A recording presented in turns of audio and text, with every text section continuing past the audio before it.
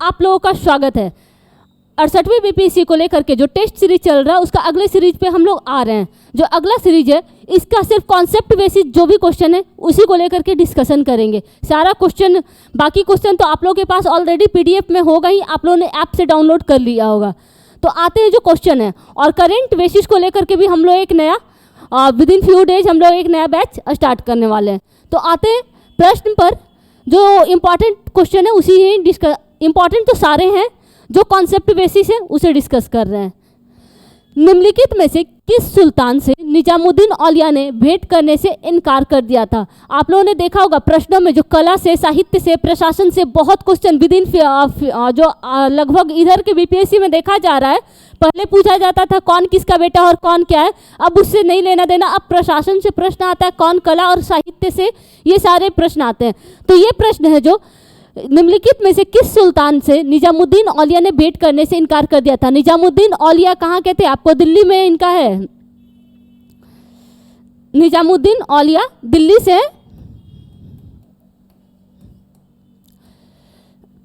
इन्होंने अलाउद्दीन खिलजी से मिलने से इनकार कर दिया था। लगभग ये 7 टोटल, ये ऐसे थे ना कि 7 जो ये चिश्ती जो होते हैं वो थे, 7 सुल्तानों को का शासनकाल ये देख चुके थे। तो हो सकता है प्रश्न आ जाए कि निजामुद्दीन औलिया ने कितने सुल्तानों का शासनकाल देखा? तो 7 सुल्तानों का शासनकाल देखा। कहाँ है उनका जो चिश्ती है वो है जो आपको ये है आपको दिल्ली में है। और इन्हें महबूब ए इलाही के नाम से भी जाना जाता है। महबूब ए इलाही के नाम से जाना जाता है। अलाउद्दीन खुसरो खिलजी ने बहुत कोशिश किया था मिलने का, लेकिन मिले नहीं थे। आते हैं अगले प्रश्न पर। अगला जो है 4th है,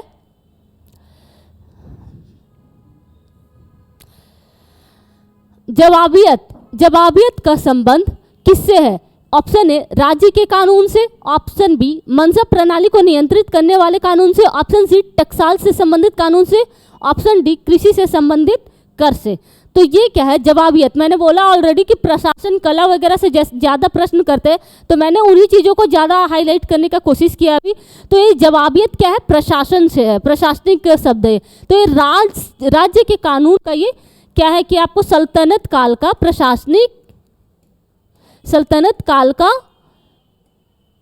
प्रशासनिक शब्द है ये। आते हैं अगले प्रश्न पर। 7वां जो है, ऑलरेडी आपको दूसरे सेट में आपने इस तरह का प्रश्न देखा होगा, सल्तनत काल का सिक्का। भागवत संप्रदाय के विकास में किसका योगदान अधिक था?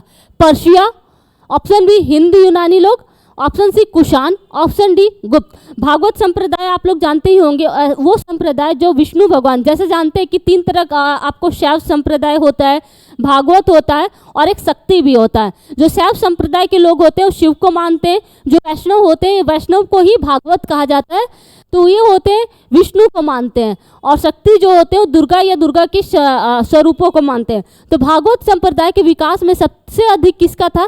तो वो था गुप्त साम्राज्य। गुप्त साम्राज्य के लोग खुद को बहुत ज़्यादा, वैष्णव धर्म का उस दौरान बहुत विस्तार हुआ था, प्रचार हुआ था। तो वो क्या, वो लोग हैं जो वैष्णव गुप्त का था। और ये क्या थे कि कई राजा थे, उन्होंने परम भागवत की उपाधि भी धारण कर ली थी। और इनका जो था राज्य चिन्ह था, ये था गरुड़। वैष्णव का जो गरुड़ है वो है जो इनका राज्य चिन्ह था। अगला प्रश्न है, संगम युग में उरैयूर किस लिए विख्यात था? संगम युग में उरैयूर देखे होंगे, आपको प्रश्न आता रहता है इस तरह का कि कौन से, ये जो ऐसे तो ये दे दिया उरैयूर, स्थान दे देता है और पूछता है कि ये या फिर दे देता है कि इस तरह का जो व्यापार होता है कहाँ होता था। तो उरैयूर है जो आपको कपास के व्यापार का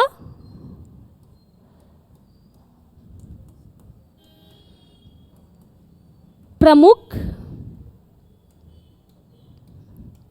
केंद्र था। ये कहाँ पर आपको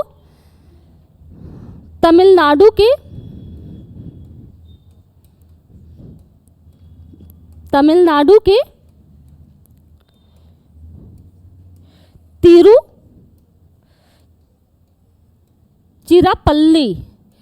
तिरुचिरापल्ली में है। ये क्या था आपको, सूती वस्त्रों के लिए, कपास से क्या बनता है, मुख्यतः सूती वस्त्र बनते हैं, तो सूती वस्त्र के व्यापार के लिए भी हो सकता है कपास के स्थान पे सूती वस्त्र दे दे, तो सूती वस्त्र के व्यापार के लिए है। ये इसका अन्य नाम है, उरयूर का अन्य नाम है आपको, एक है आपको कारी और दूसरा है आपको वारनाम। अब अगला प्रश्न देखते हैं।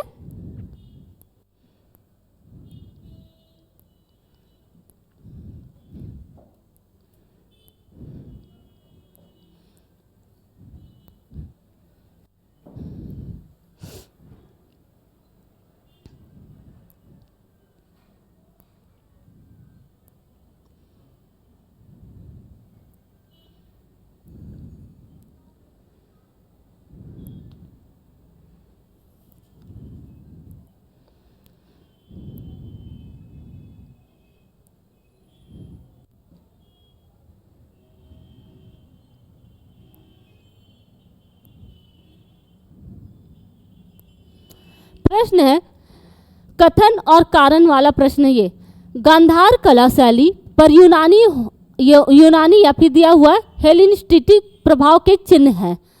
कारण दिया हुआ उस कला से हीनयान के रूप में प्रभावित हुआ। तो ये आपको ऑप्शन ए है, ए और आर दोनों सही है तथा आर ए का सही स्पष्टीकरण है। ऑप्शन बी है ए और आर दोनों सही है लेकिन आर जो है इसका स्पष्टीकरण नहीं करता है।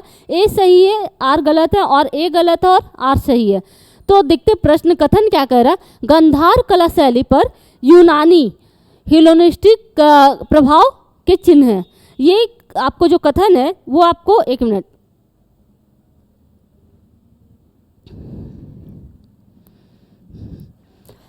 ये आपको गांधार कला शैली जो है ये आपको यूनानी, गांधार कला शैली आपको यूनानी और इंडियन दोनों शैली से प्रभावित था। मंदिर शैली में आप देख रहे होंगे, या मूर्ति शैली आपने पढ़ा होगा आर्ट्स एंड कल्चर में, तो मूर्ति शैली में गांधार कला शैली या मथुरा शैली, अलग अलग तरह की शैलियाँ प्रमुख है। तो गांधार कला शैली में यूनानी, इंडो ग्रीक जो थे, ये तो ग्रीक हो गए, इंडो ग्रीक, इनकी शैली काफ़ी है जो प्रसिद्ध है।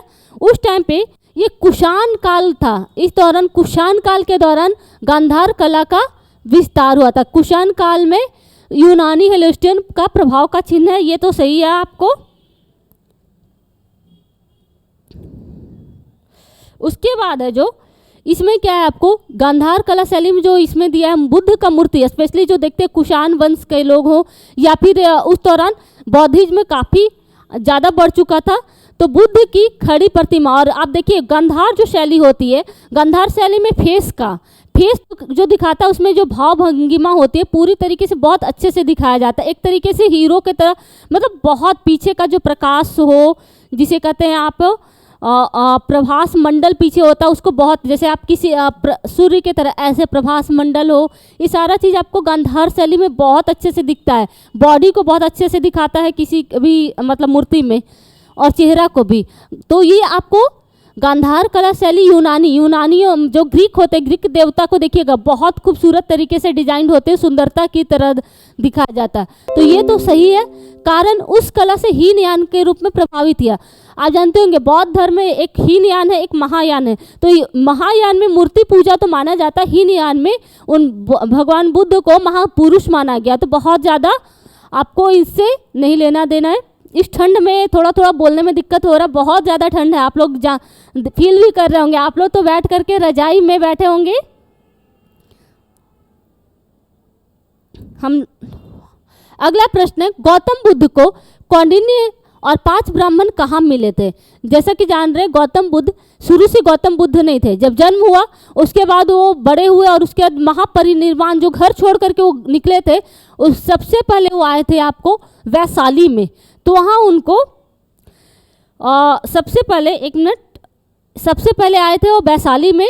वैशाली में उनको है जो वहाँ पे अलार कलाम मिले थे। सबसे पहले अलार कलाम मिले और उनके साथ उन्होंने सांख्य का ये जो होता है शिक्षा लिया था, सांख्य का। तो सबसे पहले गुरु कौन थे उनके? सांख्य के गुरु थे अलार कलाम, जो वैशाली में मिले थे। उसके बाद वो राजगीर गए, राजगीर से बोध गया है। तो बोध गया में उनको कौंडिन्य और 5 ब्राह्मण मिले थे। उनसे शिक्षा प्राप्त करने के बाद है जो वो जो आपको वो उसके बाद है जो बोध गया में वो ज्ञान की प्राप्ति किए थे अलग से। बिहार में चिरांद, सारण और चेचर वैशाली से किस काल के अवशेष पाए गए हैं? ये है जो आपको इस तरह का प्रश्न अक्सर बीपीएससी में देखा ही गया है। तो ये है जो आपको नवपाषाण काल की बहुत ज़्यादा, आप जो बुर्ज होम है ना कश्मीर का, कश्मीर के बाद जो सबसे ज़्यादा प्रमाण नवपाषाण काल के पाए गए हैं आपको चिरांद में पाए गए हैं। तो बिहार के चिरांद आपको सारण में है और चेचर है जो वैशाली में। नवपाषाण युग में देखा गया है यहाँ पे जो सभ्यता विकसित हुई थी, नदियों के किनारे सभ्यता विकसित हुई थी। तो आप देखेंगे यहाँ पे आपको घाघरा नदी मिलता है सारण में, वैशाली में आपको गंडक नदी है। दोनों नदियाँ गंगा से मिलती है, लेकिन इन्हीं नदियों के किनारे जो बसी हुई सभ्यताएं थी वो नवपाषाण काल के मिले हैं। वहाँ क्या क्या मिला है? हड्डी, गेहूं, बालियां और अन्य औजार मिले हैं।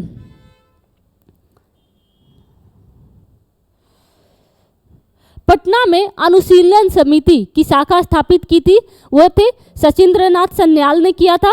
सचिंद्रनाथ सन्याल ने किया था।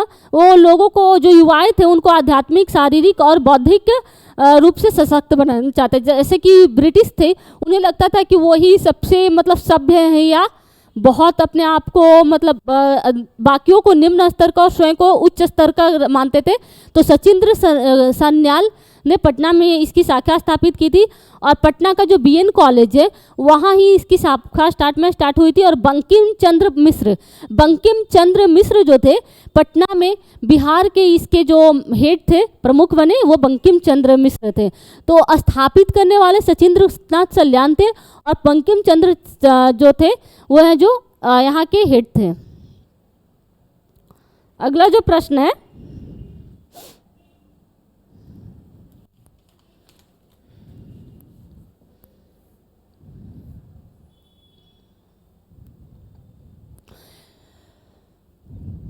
नील नदी का उद्गम स्थल क्या है? नील नदी का उद्गम स्थल ऑप्शन ए विक्टोरिया झील, ऑप्शन बी चाड झील, ऑप्शन सी अशाई झील, ऑप्शन डी आयर झील। आते इसके डिस्कशन को देखते हैं।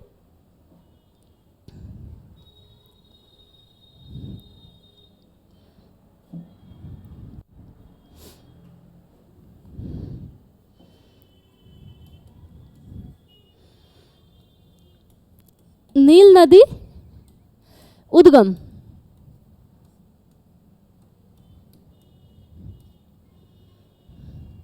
ये अफ्रीका में है नील नदी। तो ये जो है आपको सबसे फर्स्ट स्टार्ट होता है, ये आपको स्टार्ट होता है ब्लू नील। ये 2 पार्ट में पहले बटा हुआ है, ब्लू नील और दूसरा है वाइट नील या सफेद नील।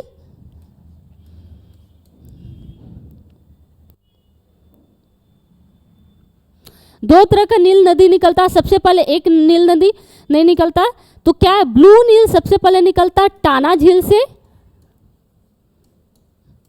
टाना झील से होते, टाना झील कहाँ है? इथियोपिया में है।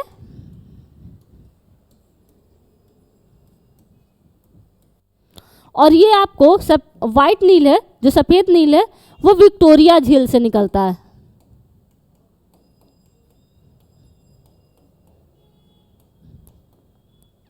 ये आपको युगांडा में है। तो यहाँ से सबसे पहले आपको टाना झील से निकलता है। टाना झील से होते हुए ये ब्लू नील है जो आगे जाकर के विक्टोरिया, जो ये वाइट नील में मिल जाता है आगे जाकर के। तो मुख्यतः जो है ब्लू नील बहुत बड़ा नहीं है, आपको छोटा है। वाइट नील ही जो नील नदी की है, ये सबसे, जो विश्व की सबसे लंबी नदी है, विश्व की सबसे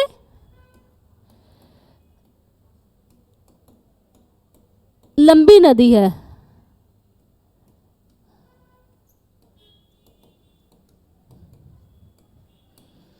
तो आपको ब्लू नील आगे बढ़ करके व्हाइट नील में मिक्स मिल जाती है। तो इसीलिए जनरली वैसे तो उद्गम मुख्यतः आपको टाना से ही हो सकता है, टाना झील है, लेकिन माना जाता है कि विक्टोरिया, क्योंकि यहीं से नील नदी बनती है। जैसे आप गंगा नदी का उद्गम भले ही स्टार्टिंग से आप देखेंगे, लेकिन जहाँ पे अलकनंदा और भगीरथी मिलती है वहाँ से ही गंगा नदी का उद्गम मेनली माना जाता है। तो ये आपको यहाँ पर से ये जो एरिया हो गया आपको, जैसे सबसे पहले ब्लू नील हो गई, ब्लू नील बढ़ रही है वाइट नील से मिल करके यहाँ से नील नदी का स्टार्ट होता है, इसलिए इसको विक्टोरिया झील ही माना जाता है। विक्टोरिया झील से होते हुए आपको है जो सहारा मरुस्थल, ये है जो सहारा मरुस्थल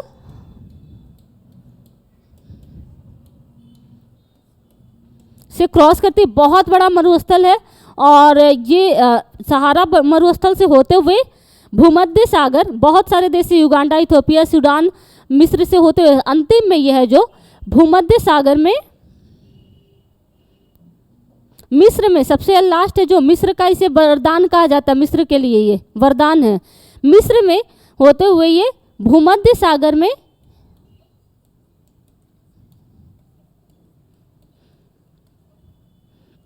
चली जाती है, डेल्टा बना लेती है, अंतिम में खत्म हो जाती, वहीं पर मिल जाती है, मिक्स हो जाती है।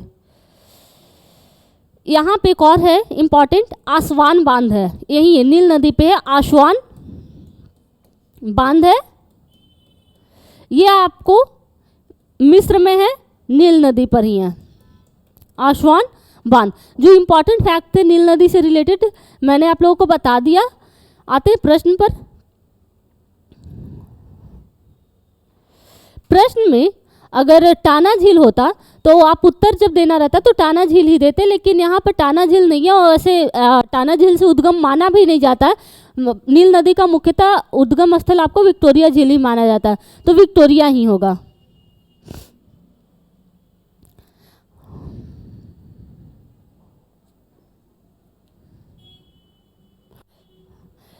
औषधि सेलों के लिए निम्नलिखित में से कौन सा कथन सत्य है?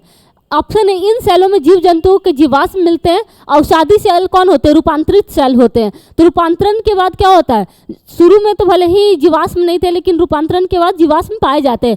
तो ये फैक्ट आपको सही है। इसे स्तरीय सेल भी कहते हैं। औषधि सेल में सबकी विशेषता है कि परतदार होती है, तो ये स्तरीय होती है। तो ये भी आपको सही है।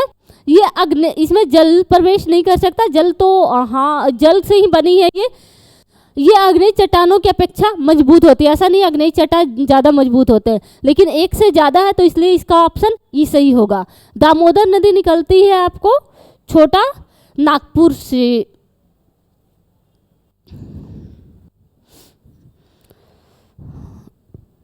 छोटा नागपुर ये पलामू डिस्ट्रिक्ट में आता है, यहाँ से बढ़ती है और उसके बाद इसकी और भी सहायक नदियाँ हैं, जमुनिया और बरकार। ये बहुत पॉल्यूटेड नदी है।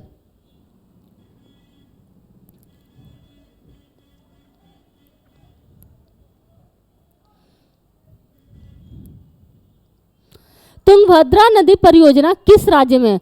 Option A Andhra Pradesh, option B Maharashtra, option C Uttar Pradesh, option D Karnataka. Tungabhadra नदी परियोजना, ये वैसे तो जो नदी परियोजना है आंध्र प्रदेश और कर्नाटक, एक मिनट,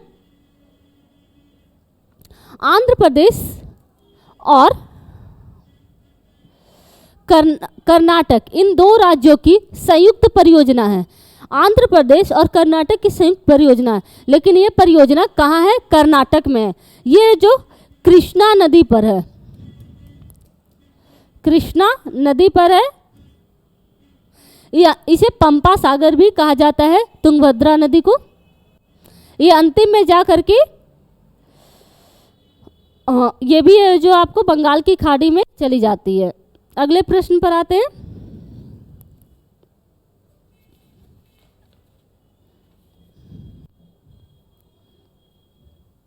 बिहार का सर्वाधिक वन क्षेत्रफल वाला जिला कौन सा है? बिहार का सर्वाधिक वन क्षेत्रफल वाला जिला वैसे तो option A Rohtas, option B Gaya, option C Pashchimi Champaran, option D Bhagalpur. जब ये बिहार का जो वन रिपोर्ट आया था ये देश का, तो 2021 में आया था, तो इसमें जो कैमूर है, कैमूर में सर्वाधिक वन क्षेत्रफल वाला जिला है ये। अगले प्रश्न पर आते हैं, बिहार राज्य का क्षेत्रफल भारत के क्षेत्रफल का कितना प्रतिशत है? तो ये 2.86% है।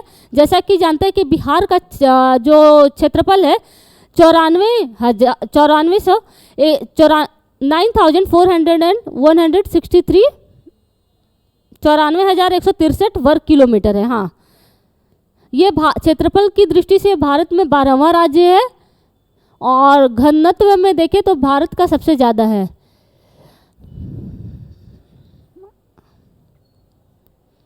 त्रिवेणी नहर में किस नदी से पानी आता है? वो है आपको गंडक नदी से, क्योंकि ये पश्चिमी चंपारण में है। बिहार में बलथर मिट्टी का विस्तार है, ये जो है आपको गंगा के दक्षिण पश्चिम में हो जाता है। गंगा का दक्षिण पश्चिम, जो बिहार का जब मैप देखिएगा तो आपको ये जो एरिया है आपको रोहतास, कैमूर और औरंगाबाद, ये सब जो एरिया है आपको दक्षिण पश्चिम में आ जाता है। एक कल्याण 48वें प्रश्न पर आते हैं, एक कल्याणकारी राज्य के निर्देशक आदर्श वर्णित है। कल्याणकारी राज्य का आदर्श कहाँ वर्णित है आपको? ये राज्य के नीति निर्देशक तत्व में है। कल्याणकारी राज्य की अवधारणा उसी में है। पंचायती राज विषय कहाँ का है? पंचायती राज आपको है जो समवर्ती सूची, केंद्र की सूची जो 7वीं अनुसूची है उसमें बांटा गया है, केंद्र सूची, राज्य सूची, समवर्ती सूची और अलग से अवशिष्ट विषय भी है।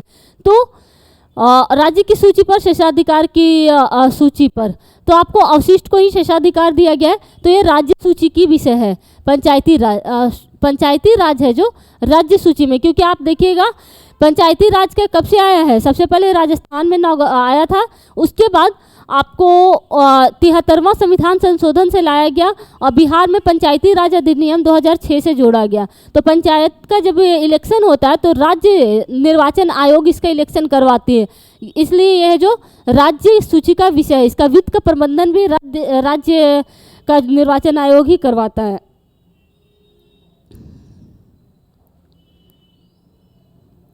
भारत सरकार को कानूनी विषयों पर परामर्श कौन देता है? अटॉर्नी जनरल, जो है महान्यायवादी कहा जाता है। वर्तमान में इनका जो संविधान में है 76वां अनुच्छेद 76(1) में है। ये हैं जो वर्तमान में कौन है अभी? अटॉर्नी जनरल आर वेंकट रमनी है। और सबसे अटॉर्नी जनरल है जो अभी आर वेंकट रमनी है। आपको अनुच्छेद 88 में ये प्रश्न अक्सर आता है कि ऐसा कौन सा व्यक्ति है जो संसद में भाग लेता है, बोल भी सकता है लेकिन मत नहीं दे सकता? तो यही अटॉर्नी जनरल नहीं है, महान्यायवादी। ये भारत सरकार का कानून का ये कार्य करते हैं।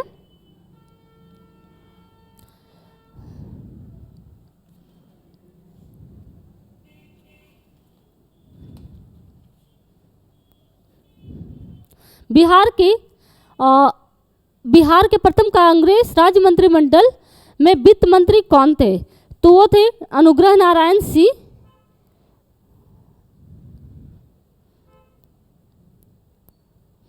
1859 ईस्वी में नील विद्रोह का वर्णन दीनबंधु मित्र ने अपने किस नाटक में किया था? ये है आपको नील दर्पण में। नील दर्पण क्या है? उस टाइम पे नील विद्रोह, सबसे पहला जो विद्रोह हुआ था वो बिहार वाला नील विद्रोह नहीं, वो आपको नील विद्रोह ये पश्चिम बंगाल में हुआ था।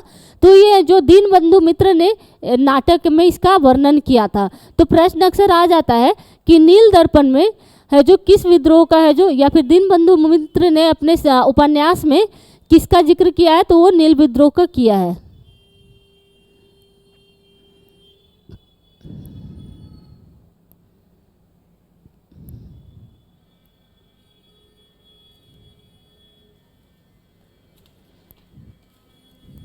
आप लोग अपना क्वेश्चन देखते जाइएगा।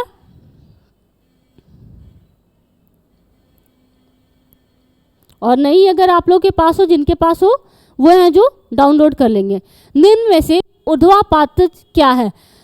चीनी, नमक, अमोनियम क्लोराइड और सोडियम क्लोराइड। ऊर्ध्वापातज क्या होता है? जिसमें है जो सबसे पहले आपको ऐसा जो डायरेक्ट है, जो आपको बिना ठोस में परिवर्तित हुए जो द्रव होता है, बिना ठोस में परिवर्तित हुए गैस में डायरेक्ट परिवर्तित हो जाता है, तो वो होता है आपको ऊर्ध्वापातज। तो ये आप है, इसका आंसर है आपको अमोनियम क्लोराइड। अमोनियम क्लोराइड का जो ये फॉर्मूला है NH4Cl। ये काफ़ी इंपॉर्टेंट ये प्रश्न हो जाता है बीपीएससी की पॉइंट ऑफ व्यू से।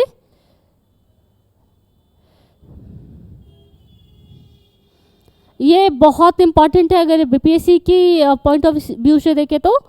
धावन सोडा जो धोने वाला वॉशिंग सोडा होता है का रासायनिक सूत्र क्या है? Na2CO3.10H2O। इसका यही आंसर है। दो तरह से हो जाता है इसका, एक और होता है Na2, ये प्रश्न बीपीएससी में आ चुका है। CO3 Na2CO3 इसको कहा जाता है सोडियम कार्बोनेट। Sodium carbonate.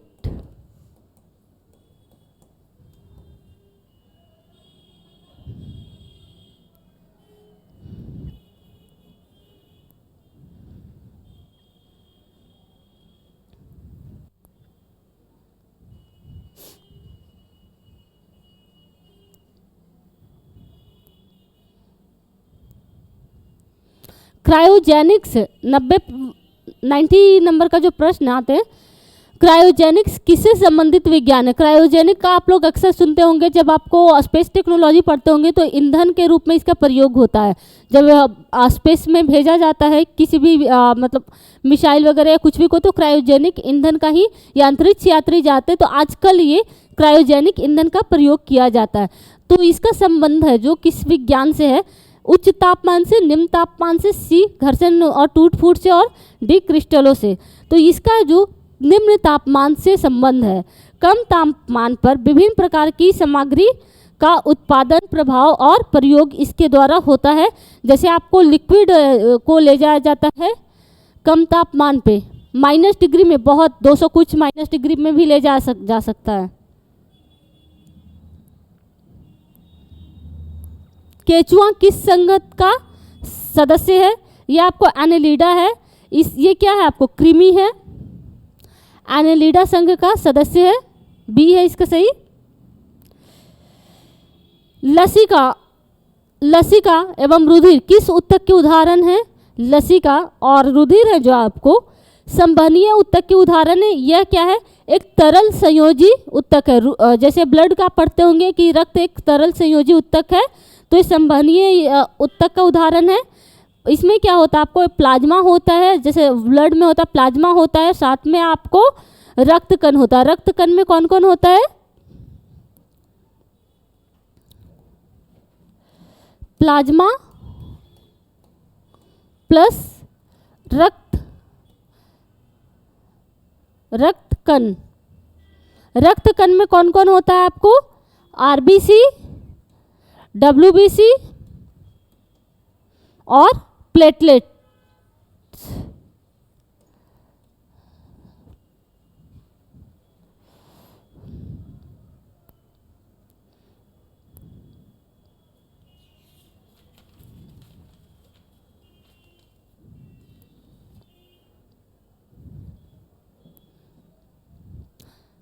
जीवों में ये अगला प्रश्न है, जीवों में आनुवंशिक विभिन्नताओं का मूल स्रोत क्या है? जीवों में आनुवंशिक जो विभिन्नता होती है ये किससे मिलती है? पीढ़ी दर पीढ़ी मिलती है। आपको ये दो तरीके से मिलता है। ये आपको उत्परिवर्तन से भी मिलता है और लैंगिक जनन से भी मिलता है। इसका आप आनुवंशिकता का जो सिद्धांत था उन्होंने किसने लिया था? सबसे पहले ग्रेगर मेंडल ने दिया था। तो इस सिद्धांत देने वाले भी पूछता है, और विभिन्नता आनुवंशिकता में जो बदलाव आ जाता है, पीढ़ी दर पीढ़ी आ जाता है, तो कैसे होता है? लैंगिक जनन से भी होता है और उत्परिवर्तन से भी होता है। रेबीज किस सूक्ष्म जीव द्वारा फैलने वाला संक्रामक विषाणु है? अक्सर सुनते हो कि कुत्ते के काट लेने से रेबीज हो गया। तो जानवर जो होते हैं, उनके जो विषाक्त जानवर होते हैं, उनके काटने से उनके लार के द्वारा जो मनुष्यों में फैल जाता है बीमारी, उसे रेबीज कहा जाता है। तो ये जो विषाणु से होता है, वायरस से होता है। गांधी जी का चंपारण सत्याग्रह किससे जुड़ा था? इजारादारी, तिनकठिया जमींदारी और कृषक वर्ग तिनकठिया से जुड़ा हुआ था। भारत का विभाजन किस योजना की स्वीकृति पर हुआ था? माउंटबेटन योजना। 1917-18 में अहमदाबाद में गांधी जी द्वारा चलाए गए सत्याग्रह में किसने हिस्सा लिया था? कृषक वर्ग, औद्योगिक मजदूर, जनता और वकील। तो ये आपको औद्योगिक मजदूर थे। ये अब क्या था आपका मिल हड़ताल था, अहमदाबाद मिल हड़ताल था। इसमें सूती कपड़े के जो मजदूर थे उन्होंने ही हड़ताल किया था। 1878 का वर्नाकुलर प्रेस एक्ट किसने रद्द किया था? Lord Ripon, lord Lytton, lord Curzon और lord Minto. Vernacular press act आप लोगों ने जानते होंगे। इसमें क्या था कि आपको भारतीय भाषा में जो भी अखबार थे या फिर बुक थे उसके ऊपर ही प्रतिबंध लगाया गया था, अंग्रेजी भाषा वाले में नहीं लगाया गया था। Option A Lord Ripon, option B है लॉर्ड लिटन, ये दोनों तो है ही नहीं, लॉर्ड कर्जन और लॉर्ड मिंटन। तो ये आपको लॉर्ड रिपन के टाइम पे ही इसको रद्द किया गया था 1878 में, और लाया गया था लॉर्ड लिटन के टाइम पर ये लाया गया था।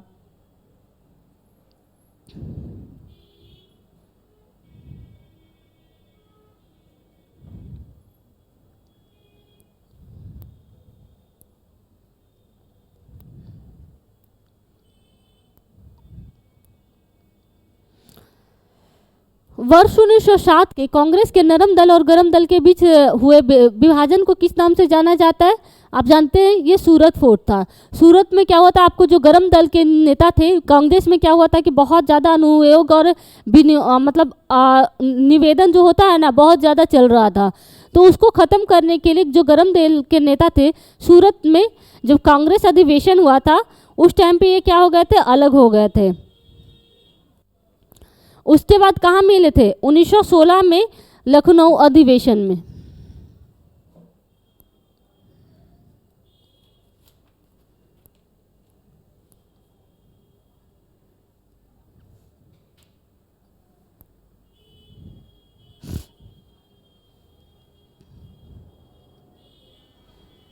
एक 121वां क्वेश्चन है, आसानी एक प्रकार का क्या है? ये चक्रवात है, आपको भारत में ही आया था, और आसानी जो नाम है आपको श्रीलंका ने ये नाम दिया था। जानते चक्रवात का नाम अलग अलग देश देता है।